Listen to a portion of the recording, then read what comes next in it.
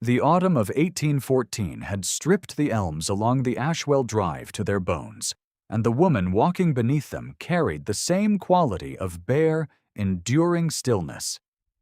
Her boots were new, her coat plain, her ledger tucked under one arm with the practiced ease of someone who had spent years keeping careful accounts of other people's abundance. She did not look up at the house when it came into view. She had looked at it before, from the other side of those iron gates, and she knew what it cost to look too long. Her name, on the letter of engagement signed 3 weeks prior by the Ashwell estate solicitor, was Miss Cecily Norwood. She had been engaged as land accounts clerk, hired to assist the ailing Mr. Taft in the management of 700 acres during the Duke of Ashwell's first full year of residence after a decade abroad. The salary was modest. The work was not. She had not told the solicitor that she had stood at those same gates 4 years ago, in a January so cold her breath had come in visible clouds, and begged the gatekeeper to carry a letter to the house. The letter had explained her situation with all the calm dignity her father had taught her to preserve in extremity. It had asked for nothing more than a small loan against the annuity her late father was owed, a debt the previous duke had promised and never paid. The gatekeeper had taken the letter inside and returned with instructions. The present duke, newly arrived from the continent, had declined to review any outstanding financial claims until his solicitors had completed their audit. She was to apply to the office in the spring. She had not survived until spring on the promise of an office. She crossed the threshold of the servants' entrance without allowing herself to think about that. She had survived. Which was the point. She had found employment in Yorkshire, first as a copyist, then as an accounts clerk for a wool factor, and she had learned the particular arithmetic of estates until she could read a land ledger the way another woman might read a letter from a friend. She had survived, and she had come back. And nothing in her bearing announced that she had ever been cold. If you have ever watched a woman walk into a room carrying 4 years of hard-won composure and not a single word of it on her face, stay with this story. The Duke was 34 years old, and the women of the county had spent the better part of the summer deciding what to make of him. He had inherited unexpectedly a cousin's death, and then an uncle's following one upon the other, like dominoes. And he had returned from his posting in Vienna to an estate he had not expected to manage and a title he had not expected to hold. He was not a sociable man. He was not, his nearest neighbors agreed, precisely a friendly one. He arrived at dinners punctually and left early and answered questions about his matrimonial intentions with a brevity that the Countess of Penmarsh described as near insulting. Lady Penmarsh had a daughter in her first season and a great deal of interest in the Duke's estate lands, which adjoined her own. What the county had not been told, because it was not their business, was that he had a system. He had spent a decade managing diplomatic correspondence in 3 languages and had developed an almost architectural preference for order, for columns that balanced and accounts that closed and commitments made in writing so they could not be undone by a change of mood. He did not trust easily. He had learned not to, in Vienna, in a specific way, from a specific person, and the lesson had seated itself in his chest like a stone he had grown accustomed to carrying. He was in the estate office when she was escorted in by Mrs. Ferris, and he was reading a land survey, and he did not look up. "Miss Norwood," his housekeeper said, and the Duke said, without raising his eyes, "You may leave us, Mrs. Ferris." Cecily stood in the center of the room and did not speak. She had learned, in her years of employment, that men who did not look up when a woman entered a room were either rude or testing, and in either case the correct response was to wait them out. She waited. The fire was warm. The room smelled of ink and beeswax and the particular dry cold that lived in old stone walls despite every effort. He looked up. For a long moment, neither of them said anything. She had not been certain, in the weeks since receiving the engagement letter, whether he would recognize her. She had not been at Ashwell Gates for long. She had been cold and thin, and wrapped in a coat that was not adequate to January. And she had stood with the particular invisible quality of a person the world has decided not to see. It was possible he did not know her face at all. His face told her nothing. It was a controlled face, the kind that had been educated in diplomacy at a time when diplomacy meant knowing what not to show. Strong jaw, dark eyes that held whatever they contained without releasing it. A small scar at the edge of his left brow that she had not known about before, because she had only ever seen him from a distance, across a carriage drive, in a moment that was brief and final. "Miss Norwood," he said, "Taft tells me you have experience with the Derwent Factor accounts." "I do, Your Grace." "And with drainage surveys?" "Sufficiently." He looked at her for one moment longer than was required by the question, and then he looked back at his survey. "You will find the Ashwell ledgers in the cabinet to the left. Taft will brief you tomorrow at 9. That is all." She was dismissed. She did not show him that her hands had been perfectly steady the entire time, because a woman who has survived what she has survived does not require an audience for her steadiness. She simply left. The dismissive label came from Lady Penmarsh at the first dinner where the county had occasion to observe the new arrangement. "A woman land clerk," Lady Penmarsh said, setting down her wine-glass with the delicate precision of a woman who has never needed to set anything down less than delicately. "One imagines the Duke must be very desperate, or very particular, or very unconcerned with how things look." The table did not exactly laugh. It made the sound of people who have been offered permission to laugh and are deciding whether the invitation is sincere. Cecily was not at the table. She was in the estate office, 40 feet away, working by candlelight on a drainage calculation that Taft had given up on 3 weeks prior. She did not hear the remark. The remark was made without her. The remark was not unmade. The weeks that followed were a careful education in two kinds of proximity. The Duke came to the estate office each morning at 7 and each evening at 5. And their working hours overlapped at the end of each day in a way that had not been designed. He reviewed what she had completed. He asked questions. His questions were precise, and, she came to understand, designed to find errors rather than to trap her, because when she had no errors, he simply acknowledged the work and moved to the next question. He did not praise, and he did not flatter.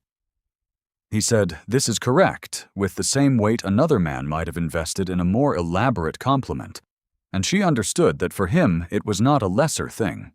There was a particular evening in the last week of October when they were both reaching for the same survey across the desk at the same moment, and his hand stopped short of hers by perhaps 2 inches, and the 2 inches had the quality of a held breath, of something that had been decided not to happen.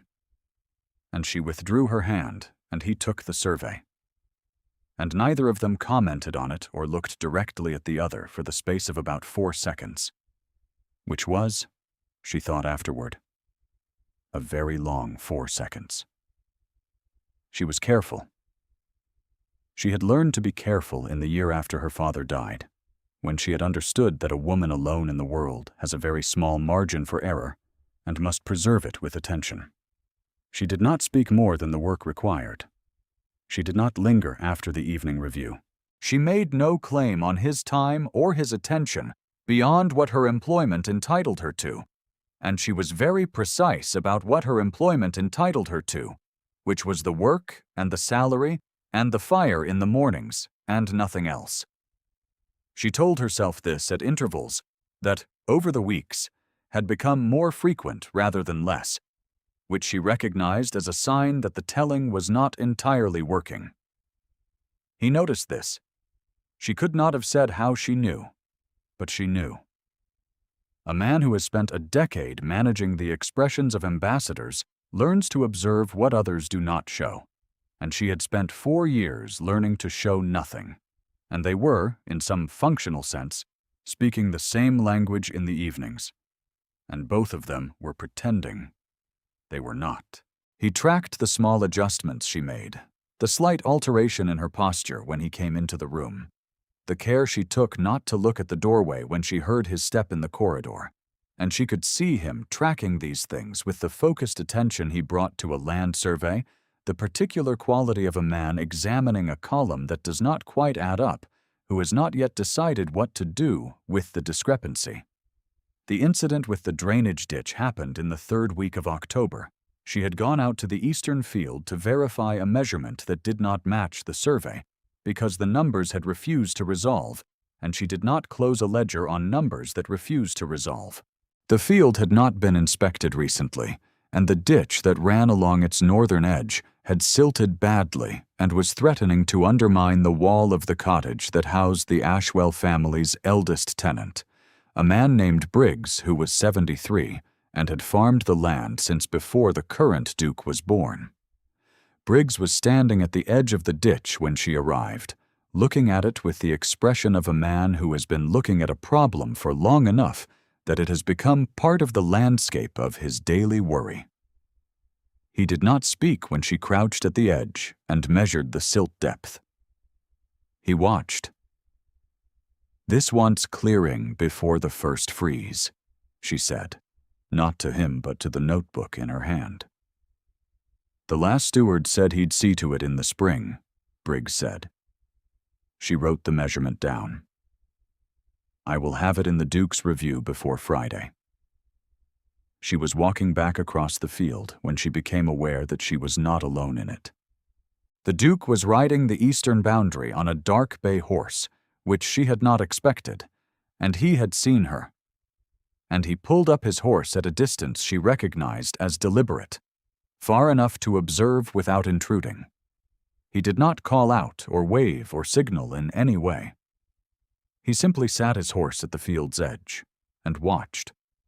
And the watching had a quality she had no word for yet, a stillness that was not incuriosity. She did not alter her pace or her expression. She walked with the notebook open in her arm, and the measurement notated, and the cold at her cheeks, and she was aware of him in the specific way she had been aware of him since the 3rd evening in the estate office, as a point of gravity in the landscape around her. Something around which the surrounding space organized itself, whether she looked directly at it or not. She did not look directly at it. She walked to the garden wall and through the gate, and did not permit herself to turn around. She wrote the report by candlelight that evening. She described the silt depth and the structural risk to the cottage wall, and the estimated cost of clearing versus the certain cost of winter flooding, and she set it on his desk before she left. She did not embellish. The numbers made the argument without any assistance from her. She was at her own work the following morning when the sound of carts reached the estate office windows. She looked out once, and then returned to her ledger. He had not spoken to her about it. He had simply acted on it. She put the incident away in the part of her mind where she put things she could not allow herself to feel yet, which was the same part of her mind where she had put the book on drainage, and the fire already laid, and the specific quality of his attention in the evenings. And she went on working. The hidden truth of the man was not a secret he kept from anyone exactly, because it was not the kind of thing that invited conversation. His wife had died in Vienna 18 months before he inherited, of a fever that moved too quickly and that he had not taken seriously enough in its first days because she had told him it was nothing, and he had been busy, and he had trusted her report because she was a woman who was almost always correct. Her name had been Helena. She had been 28 years old, with a particular quality of calm that he had spent 3 years mistaking for invulnerability. And by the time he understood the difference, there was no longer any space in which to correct his misreading. He had a portrait of her in the study that he had not turned to the wall, because that seemed to him a cowardice he had not earned. But he did not look at it either, and the room had a quality of avoidance that everyone on the staff had learned to recognize and navigate around. There was also a piano in the drawing room that Helena had played, and he had asked Mrs. Ferris to leave it where it was, and sometimes in the evenings, passing the closed door, he would stop for a moment in the corridor without quite knowing why, and then continue on.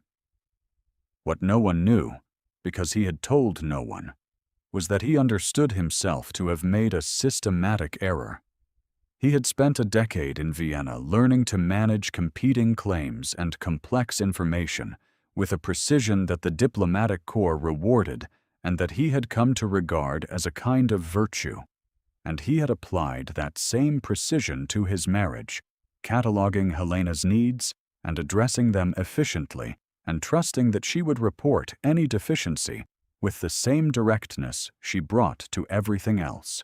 He had trusted her competence too completely and her capacity to endure too absolutely, and when she told him it was nothing, he had believed her because believing her was convenient, because the dispatches were due and the meeting was in the morning. And the fever had taken 3 days to become serious, and 2 more days to take her. And he had not left his desk until the 3rd day. And he had arrived at her bedside, and she had looked at him with an expression he had not been able to fully identify until weeks after, when it was too late to ask her what it meant. He thought it had meant, "I knew you would come." He thought it might also have meant, "I knew you would come late." The stone he had been carrying since was the specific weight of that uncertainty, which was worse, he had come to understand, than a certain guilt would have been. He did not speak of this. He managed it. He kept his accounts in order and his commitments in writing, and his errors as few as a careful man could make them, and he had come to Ashwell intending to be very careful indeed. On the 14th of November, the Countess of Penmarsh gave a dinner, and the Duke attended, and Cecily did not. And yet she was present in it in every way that mattered. It was a table of 16 covers, arranged with the precision of a woman who had been managing this particular instrument for 30 years. The silver was Penmarsh silver, well established and recently polished. The flowers were late autumn roses from the conservatory, which was the kind of detail that announced something about maintenance and resources without saying so directly. The footmen were trained. The wine was correct. Every element of the evening was calibrated to communicate a particular thing to a particular person, and that person was seated at Lady Penmarsh's right, which was also the position of the Duke.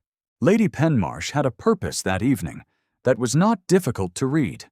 Her daughter, Miss Harriet Penmarsh, was beautiful in the way that had been carefully maintained and deployed, and she sat at the Duke's right hand and spoke of her accomplishments with a composed modesty that was itself an accomplishment.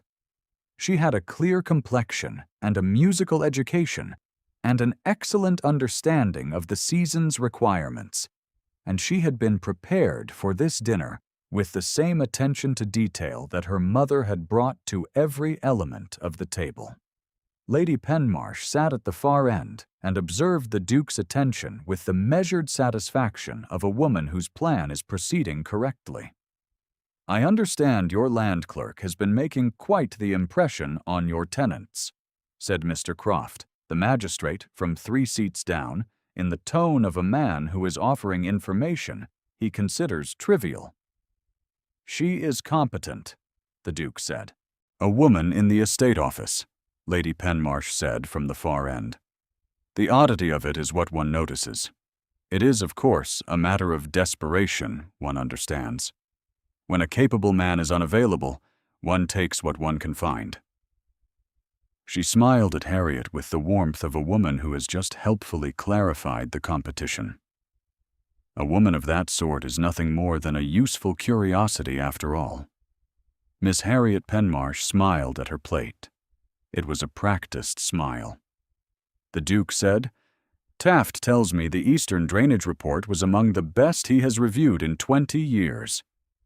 There was a small silence.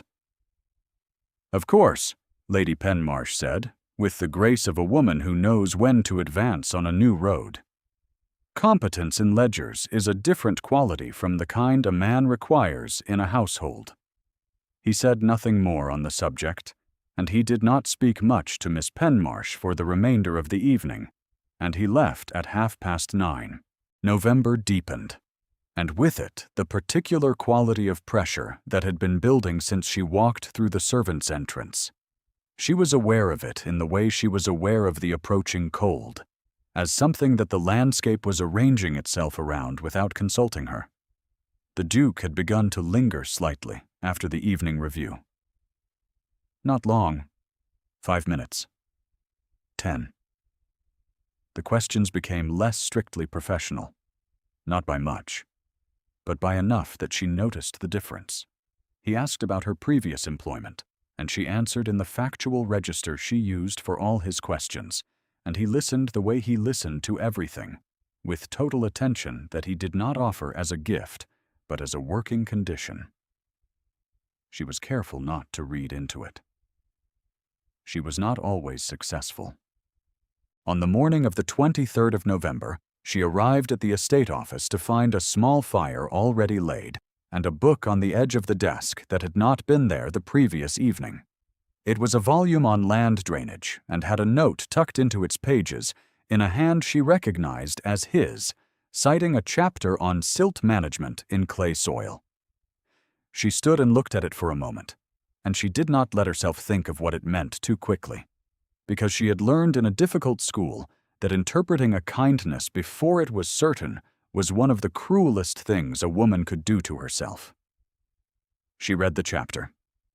She incorporated 2 of its methods into the ongoing survey. She said nothing to him about the book. He noticed. She could see it in the slight adjustment of his focus when he reviewed her notes that evening. The recognition that she had not commented and had simply used it. He said, "The clay cohesion factor on page 43 is outdated. I have the revised figure from a Vienna survey." "I would be grateful for it," she said. He wrote it out for her on a separate sheet, in his careful, precise hand, and she folded it and put it with her notes. And the evening ended, as all their evenings ended, with a propriety so exact it was almost architectural.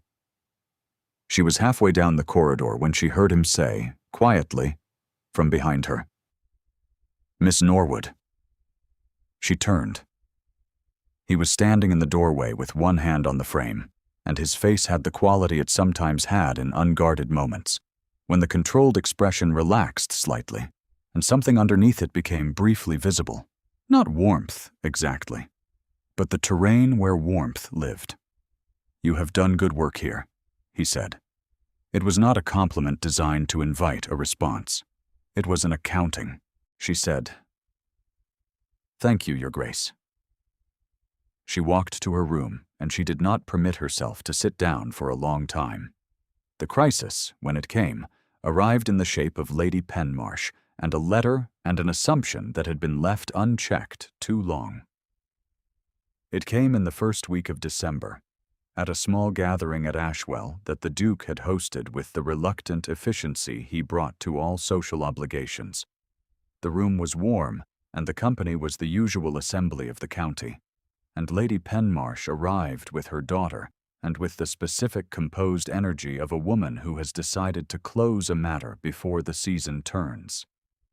She found Cecily in the corridor outside the drawing room, where Cecily had gone briefly to retrieve a document the Duke had asked her to bring from the estate office, not because she belonged at the gathering, but because she worked in the house, and the house was, at that moment, being used for a gathering.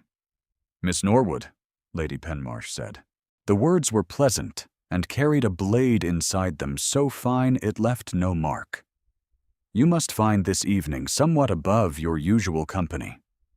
"I was simply retrieving a document," Cecily said. "Of course." Lady Penmarsh smiled at her daughter, who was standing 2 paces behind, with the pretty, slightly distant expression she deployed when she wished not to be associated with a remark.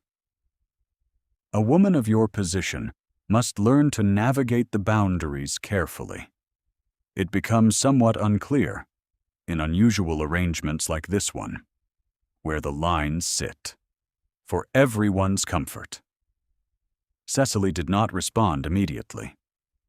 She had learned that a response delivered into a smile like Lady Penmarsh's was absorbed and used, that the most effective answer to a remark designed to diminish was a composed silence that denied the remark the reaction it required. She looked at Lady Penmarsh with a steadiness that she had spent 4 years growing. "The document is needed," she said. "If you will excuse me." She walked to the estate office, retrieved the papers, and stood for a moment alone with the cold and the candlelight and the sound of music faint from the drawing-room. And she told herself, very quietly, what she had been telling herself for 4 years. The same words in the same order. That she had survived harder things than a countess's smile, and that she would survive this too, and that the work was what she had, and the work was enough. She was almost certain that was still true. She returned to the corridor and found that Lady Penmarsh had not moved, and that she had acquired, in Cecily's absence, an audience in the form of 3 other county women of sufficient standing to constitute a verdict. Lady Penmarsh said, not quite to her, but arranged so that she could hear it clearly, "A woman of that sort is nothing more than a useful curiosity." The third voicing. The same words. The same careful, pleasant, lethal smile. Cecily walked past them with the document in her hand and her face perfectly composed, and she delivered the papers to the drawing-room doorway, and she did not go inside, and she stood in the corridor for a moment after that, looking at the floor of a house she had come to because she had nowhere else to go, in a position she held by competence and nothing else, in a world that had decided very clearly what she was, and had said so 3 times now in 3 different rooms. A woman of that sort. A useful curiosity. The phrase rang in the corridor alongside the music and the laughter and the clink of glasses, and it was the same phrase all 3 times, which told her something about the confidence with which it was held. She had not told him. That was the thought she could not escape, standing in the corridor while the music continued and the company laughed and Lady Penmarsh said something bright to someone else entirely. She had not told him who she was, or why she had come, or what she had stood at his gates asking for on a January morning when the world had narrowed to the distance between her and a letter she was not allowed to deliver. She had told herself, in the weeks of planning before she submitted the letter of application, that it was not relevant. She was applying for a position on the basis of her qualifications, which were real, and her references, which were solid. And the fact that she had once stood at those gates with cold hands and nothing to offer but a letter was a fact about the past, not about the work. She had believed this was true. Standing in the corridor with the document in her hand and Lady Penmarsh's words still in the air, she was less certain. A woman who keeps a secret from her employer, however irrelevant she tells herself the secret is, knows somewhere in the keeping of it that she is protecting herself. She had been protecting herself. She had been protecting the work and the salary and the specific quality of the evenings in the estate office, the careful questions and the precise answers, and the book on drainage placed without ceremony on the corner of the desk. And she had called this professionalism, and it was not entirely professionalism. She had not said a word, and now it seemed to her that this was its own kind of dishonesty, the kind that would be discovered eventually. And when it was, She would lose the work and the roof and whatever this was that had been accumulating in the evenings in the estate office. This thing she had not let herself name directly, because naming it was the one indulgence she had been careful enough not to permit herself. She was going to leave. She made the decision standing in the corridor with the music going on behind her, as clearly as she had ever made any decision, in the specific quiet way she had learned to make decisions in the years since her father died, without drama and without postponement. She would give proper notice. She would write to the wool factor in Yorkshire, who had been glad to have her before and might be glad to have her again. She would not wait to be dismissed. She had survived the waiting once, at a different gate, and she understood now that leaving on her own terms was the only kind of leaving she could bear. She was in her room, beginning the letter, when the knock came. It was not a servant's knock. She knew the difference. She opened the door. He was standing in the corridor with his coat still on from the gathering and an expression she had never seen on his face before, which was the expression of a man who has stopped managing and is looking at something directly. He was not composed. That was the first thing she noticed. She had spent 8 weeks in close proximity to a man who was always composed, who managed every exchange with the same architectural precision he brought to the land surveys, and the absence of that composure now was like a change in the light of the corridor. "I was told," he said, and stopped. He tried again. "Mrs. Ferris informed me of what was said in the corridor." She did not move from the doorway. "Your Grace, it is not necessary." "I disagree."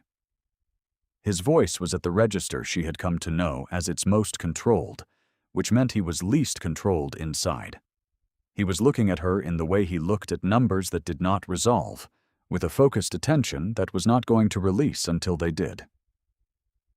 "I should like to know," he said, "why you came here." A pause. This was the door she had been standing at for 8 weeks. She had imagined this conversation several times and had not found a version of it that was entirely honest and entirely safe. She chose honest. "I came because of the work," she said. Which was true, as far as it went. He did not accept it as a complete answer, because it was not one. "Miss Norwood." He said it differently than he had been saying it, with a weight that was not the weight of an employer using an employee's name. There was something in the use of it now that was not an accounting. "I recall," he said carefully, "a letter presented at the gate in January of 1810. I was not yet fully established in the duchy's correspondence, and I was told the matter was a financial claim requiring audit. I referred it to the solicitors." She said nothing. The music from the drawing room had stopped. The gathering was breaking up. She could hear the distant sounds of departure, coats and carriages, and the corridor was very quiet. "I have since reviewed the full ledger of that period," he said. "There was an annuity owed to a Mr. Arthur Norwood, promised by my predecessor and unpaid at his death. The claim was legitimate and long overdue. The solicitors settled it 2 years after the initial inquiry, but by that time the claimant could not be located." She felt something shift in her chest, some large and heavy thing that had been lodged there for a very long time, not dislodging exactly, but altering its position. She had not expected this. She had prepared herself for many versions of this conversation, and this was not one of them. "That was my father," she said. "He died in the winter of 1810. The words were even. She had had 4 years to practice the evenness. He held her gaze for a moment with the specific quality of attention he had been giving her in the evenings for 8 weeks, which she had been very carefully not naming. She could see in his face the precise weight he was giving the information, not managing it, but receiving it. And it was the face of a man who does not allow himself the comfort of underestimating what he has done. "I know," he said. I believe I understood it some weeks ago. I found the coincidence of the name and the timing and your qualifications and the manner in which you carry yourself in this house to be legible when I finally permitted myself to read it. I have not known how to address it." He stopped, and something moved briefly in his expression. That was the closest she had ever seen him come to an admission in the open air of a corridor. "I am not," he said, with a frankness that was itself a kind of uncovering. "Skilled at addressing things I have handled badly?" She looked at him standing in the corridor of his house in the evening, with the gathering still audible behind him, and his coat on, and his composure mostly absent. And she thought of 4 years of careful columns and surviving. And she thought of what it had cost, and what it had built. And she said steadily, "You addressed the drainage ditch." Something shifted in his face. The terrain that was almost warmth, and underneath it, something that had no architectural name. "Cecily," he said. Her given name for the first time, in his voice, as a deliberate act. She was still holding the half-written letter. She set it down. There are moments in a life when a decision is made not by a declaration, but by a small physical fact, and this was one of them. She set the letter down on the table beside the door, and he looked at it, and then at her, and what passed between them in that corridor was not said, and did not need to be. "There is a matter," he said, recovering the register that was not quite his most formal, but was adjacent to it, "of my estate accounts. I find I am unwilling to release my land clerk to the Yorkshire wool factor, whatever her previous employer's preference." She said very quietly, "That is a rather procedural declaration." Something moved at the corner of his mouth. She had been waiting, without quite admitting it, 8 weeks to see if that particular movement was possible in that particular face. "I am a rather procedural man," he said. "Cecily." He offered his hand. His bare hand, without a glove, which in this corridor between the gathering and the evening was not a casual gesture. She took it. His fingers closed around hers with the deliberateness of a man who commits to the written record, and she felt the warmth of it travel from her hand through the rest of her, through the careful columned armor of 4 years, and she let it. The gathering ended. The county went home. Lady Penmarsh departed with her daughter, and the compressed silence of a woman whose plan has resolved in an unexpected direction. Mr. Croft observed, on the way to his carriage, that the Duke had left the drawing-room early, which was the Duke's custom, and said nothing further, because it was not his business. What happened in the following days happened quietly, as most true things do. A solicitor was summoned. A letter was written and signed. The matter of a long-overdue annuity was formally closed with an additional sum that the Duke calculated with the same precision he brought to all arithmetic, and the document was filed, and no one made a speech about it. Miss Penmarsh left for London in the 2nd week of December, and was engaged by March to a young viscount who admired her accomplishments without reservation. Lady Penmarsh did not call at Ashwell after January. The announcement that appeared in the county paper in the middle of the month was brief and factual. The Duke of Ashwell and Miss Cecily Norwood, daughter of the late Mr. Arthur Norwood of Derbyshire, were engaged to be married. It caused the particular kind of discussion that always follows a surprise that, in hindsight, seems like the only possible outcome. On the morning the announcement appeared, Cecily was in the estate office at 7 o'clock, because she was always in the estate office at 7 o'clock, and she was working through the winter survey with the new figures from the Vienna drainage study. And she was content in the specific way of a woman doing work she is good at, in a place she has come to know as hers. The Duke arrived at 7:05, also as usual. and he looked at her across the office, with the look she had come to know as the one he kept strictly for her, the look that was not procedural and not diplomatic, and did not belong to any register she had found in any ledger. "The announcement is published," he said. "I know." "How do you find it?" She considered the question with the seriousness it deserved. "Correct," she said. "The columns balance." He sat down. He did not quite smile, but the terrain was there, warm and inhabited. They worked.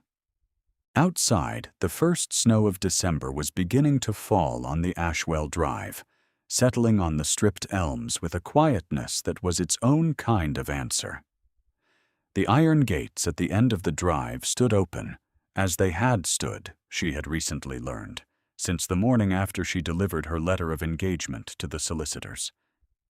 He had opened them, the housekeeper told her, as part of the new Duke's first set of standing instructions, the same instructions that had established the new account for tenant repairs and the schedule for quarterly reviews, and the requirement that any outstanding creditor claims be resolved before the end of the first calendar year. Open gates. The tenants had remarked on it as a small detail of his character that they trusted, and old Briggs had said it was the kind of thing you could not fake and could not buy, which Cecily thought was the wisest thing she had heard since coming to Ashwell. She looked at the snow falling on the drive, and she thought, without quite intending to, of a woman in a January coat standing outside those gates, holding a letter that had asked only for what was owed. She had been cold, and she had been frightened, and she had been carrying a dignity she was not sure she could sustain much longer. And she had stood there because her father had taught her that a thing worth asking for was worth asking for in person, with one's name signed to it, without apology. She thought of what it meant that the asking had been answered, not in the spring as promised, not by the hand she had addressed it to, not in the way she had imagined, but answered. She thought of the arithmetic of it, which was the kind of arithmetic that did not appear in any ledger, but that she had been keeping nonetheless, the columns of what had been lost and what had been built in the losing. And she thought that, improbably, the columns balanced, not because the loss had been small, but because what had been built in its place was specific and real, and hers. The fire burned in the grate behind her. The snow went on falling. In the estate office, a candle burned steadily on the desk between them, and the ledger was open, and the columns were clean. And from somewhere in the house she could hear, faintly, the sound of the drawing-room piano, which Mrs. Ferris had recently had tuned, at the new Duke's instruction. She had not asked him whether he had done it for her, or for himself, or for Helena, and she did not intend to. Some accounting was best left in the columns where it lived, where it could simply be true without requiring explanation. She turned back to her work. He turned back to his. The snow settled over Ashwell, white and even, filling in the old ruts in the drive, covering the bare ground of the eastern field, lying clean on the stone wall of the Briggs cottage, which had stood through the autumn without flooding. If this story stayed with you, leave a word in the comments. She survived long enough to be seen. Some stories need to be told twice. If this story stayed with you, leave a word in the comments. She survived long enough to be seen. Some stories need to be told twice.